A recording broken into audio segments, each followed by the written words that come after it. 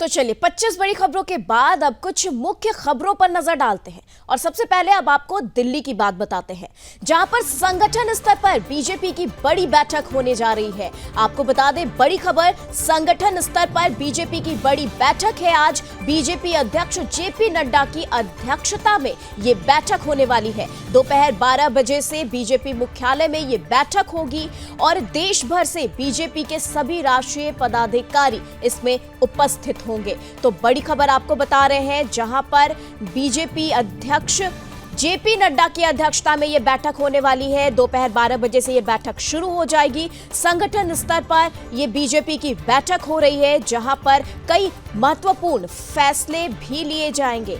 और चलिए इसी खबर पर अब हमारे साथ दिल्ली से संवाददाता सौरभ तिवारी जुड़ चुके हैं।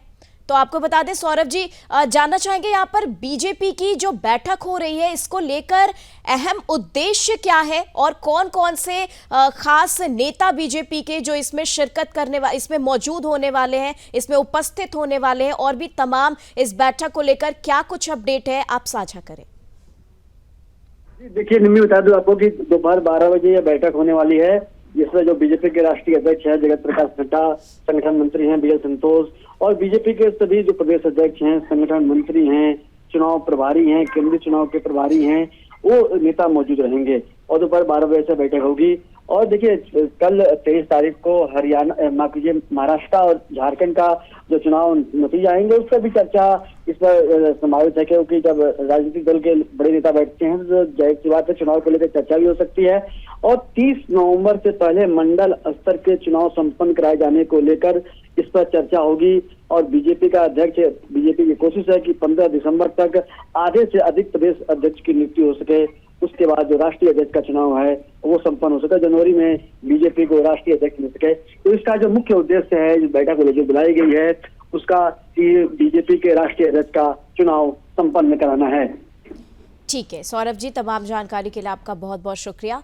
तो बता दें, दिल्ली से ब्यूरो चीफ सौरभ तिवारी जी से हमारी बातचीत हो रही थी, जिन्होंने तमाम जानकारी दी है। और आगामी चुनाव को लेकर ये बैठक आज दोपहर 12 बजे होने वाली है, जहां की बीजेपी के कई पदाधिकारी से लेकर कई कार्यकर्ता यहां पर मौजूद रहेंगे।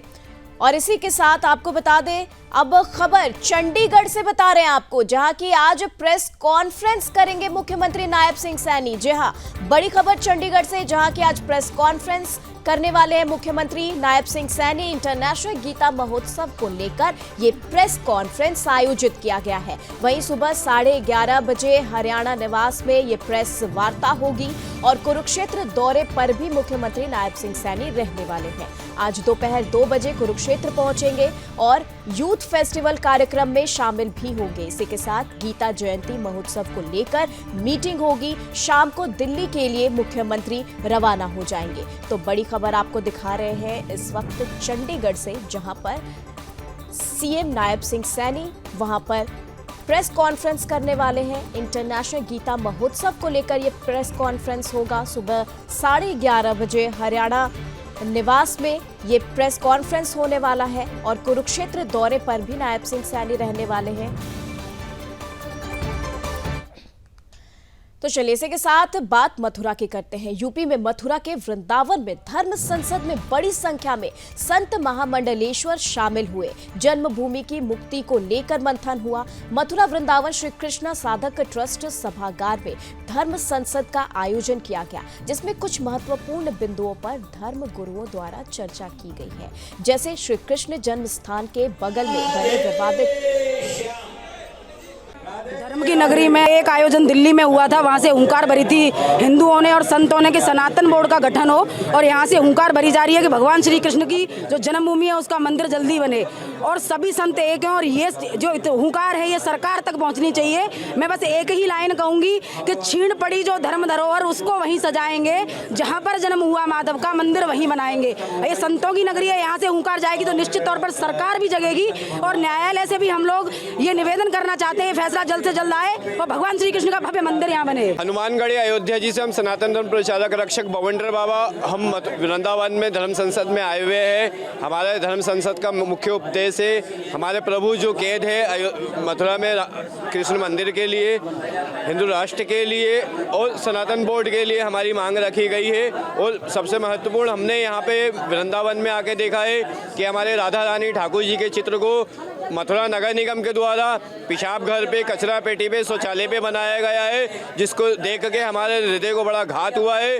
तो आज हमने संसद में ये बात रखी है और आपके चैनल के माध्यम से सरकार तक, आयुक्त महोदय तक, महापौर महोदय तक ये बात हम पहुंचाते हैं कि जल्द से जल्द उन चित्रों को आप हटाएं। 45 दिन हो गए हैं ये विषय को।